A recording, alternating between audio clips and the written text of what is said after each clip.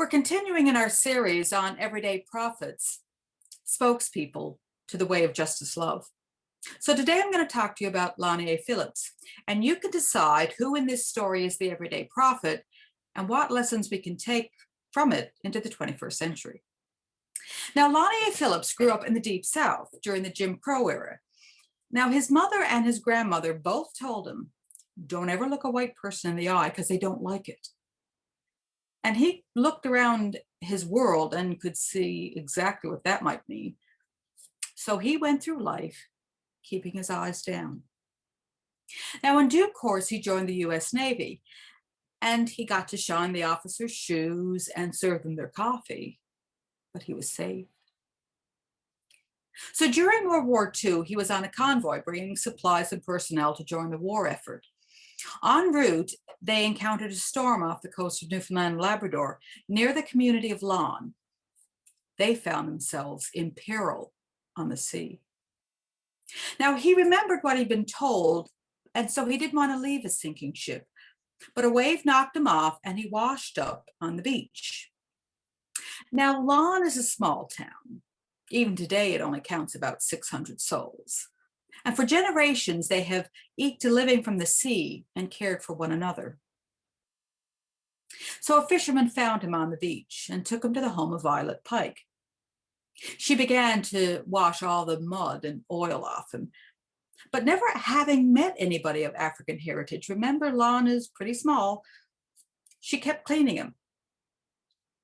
And remembering the advice of his elders and mindful of all he had seen, it was with fear and trepidation that Lonnie said, ma'am, that's my skin. And Violet responded, okay then. Lonnie did not expect that response, or indeed what happened next. Violet put him in the best bed that she had, sat up with him all night, changing his hot water bottle and feeding him soup. And there was something about a white woman serving a black man which liberated him. Lonnie said, something died that night and something was born. He looked everybody in the eye after that. He became the first Black sonar technician in the U.S. Navy and marched with the Reverend Dr. Luther King for civil rights.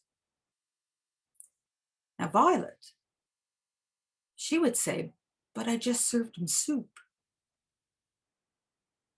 You see, to be a prophet is to point to another way.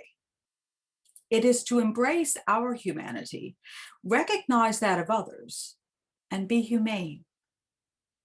It is to live God's justice love made known to us in Jesus Christ.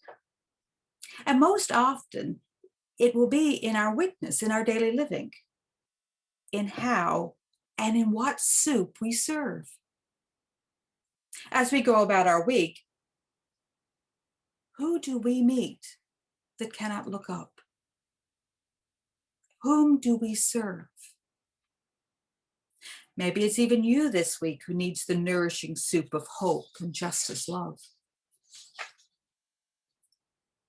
The nourishment from a prayer, a phone call, a card, or a letter in the post is liberating. I know you're tired. This pandemic drags on. But the invitation to be spokespeople is ever offered by God who is with us. And we know that God is with us. Who can be against us?